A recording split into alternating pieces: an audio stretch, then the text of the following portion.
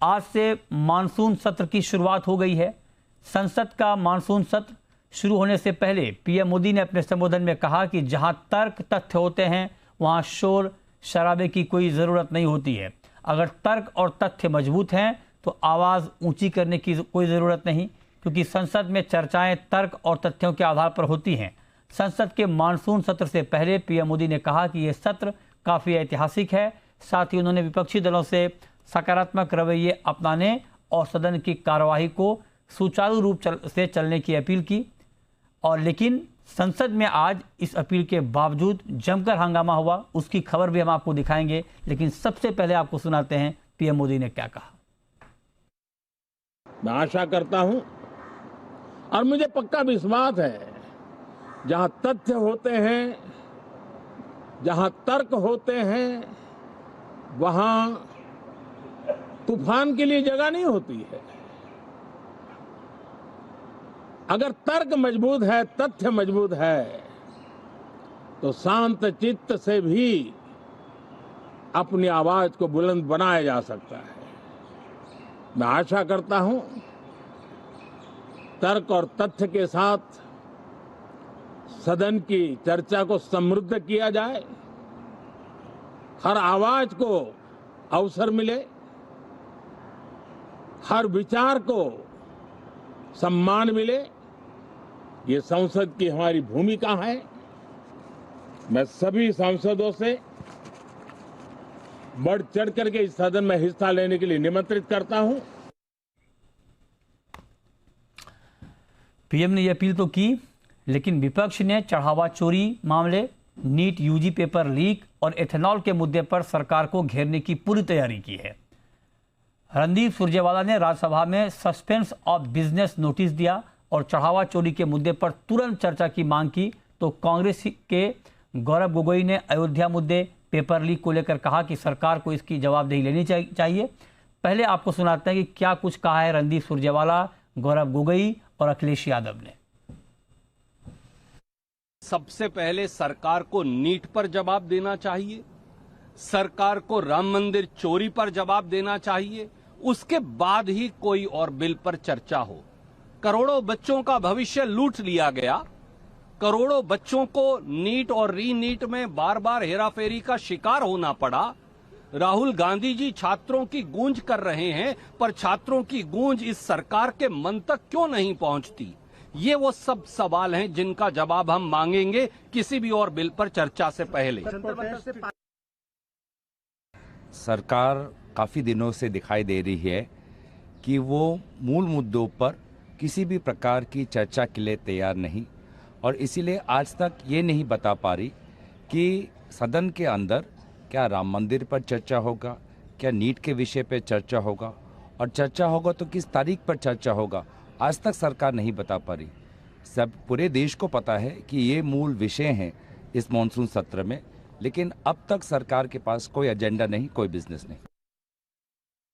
ये सरकार नहीं, अहंकार है। और जो श्रद्धांजलि में भेदभाव करते हों, जब लाखों लाख और करोड़ों लोग और करोड़ों परिवार इस आंदोलन से जुड़े हों, जिन बच्चों की जान गई उनके प्रति एक शब्द नहीं, श्रद्धांजलि तक नहीं, इससे बड़ा अहंकार क्या हो सकता है सरकार को? और जब बच्चे यहाँ आए हैं, छात्र, नौजवान, युवा जब यहाँ आए हैं और वो चाहते हैं सरकार कोई सुने, सरकार में अहंकार कितना कि सुनना भी नहीं चाहती है। सुनना तो दूर, अगर वो लोकसभा यहाँ तक आना चाहें अपनी बात कहने, तो लाठी और जो अन्याय कर सकते हैं, जो प्रताड़ना दे सकते हैं, वो दे रहे हैं। और इस खबर पर दिल्ली से जुड़ रहे हैं जी मीडिया संवाददाता तरुण शर्मा इस वक्त हमारे साथ हैं। तरुण, पहले मैं ये जानना चाहूंगा कि जो बात पीएम ने कही, सरकार की क्या तैयारी है? सरकार कुछ महत्वपूर्ण बिल लेकर आना चाह रही है इस सत्र में, वो बिल कौन कौन सी है? बिल्कुल, मैं बताना चाहूँगा कि जो आज पार्लियामेंट का पहला सत्र था, मानसून सत्र के अंदर जिस उम्मीद की जा रही थी कि पूरी गहमा-गहमी रहेगी, उसी तरीके से पहला दिन रहा, जिसको स्थगित करना पड़ा और लोकसभा और राज्यसभा दोनों ही कल अब वापस असेंबल होंगे।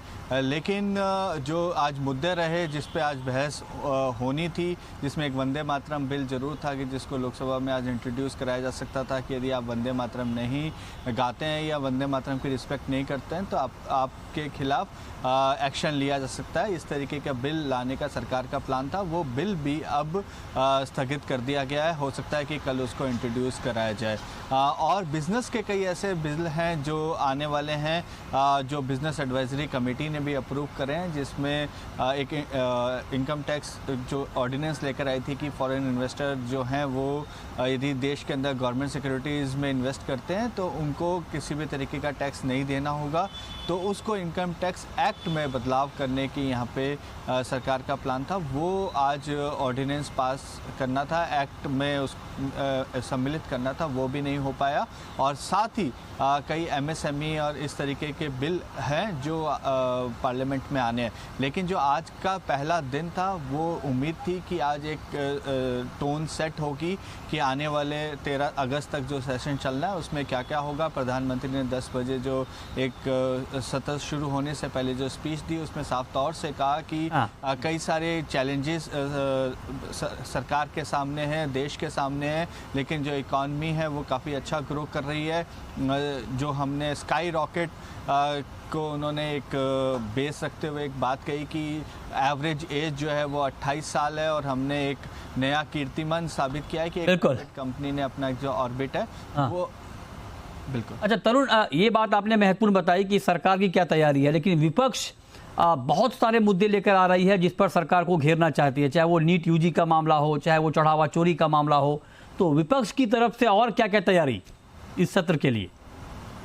देखिए, विपक्ष जो है वो पूरी तरीके से तैयार दिख रहा है। इस बार जो बड़े मुद्दे हैं जिसमें नीट एक बड़ा मुद्दा यहाँ पे देखने को मिल रहा है, चाहे वो युवाओं की तरफ से बनाई गई पार्टी हो जो कॉकरोच जनता पार्टी, जो जंतर मंतर पे तकरीबन 21 दिन से प्रोटेस्ट कर रही है, चाहे राम मंदिर के अंदर जो चोरी का मामला हो वो भी एक बड़ा मुद्दा यहाँ पे रह सकता है। और साथ ही इथेनॉल E20 भी एक बड़ा मुद्दा होगा जो विपक्ष जोर शोर से उठाने वाली है। तीनों ही मुद्दे ऐसे हैं जो आम जन से जुड़े हुए हैं।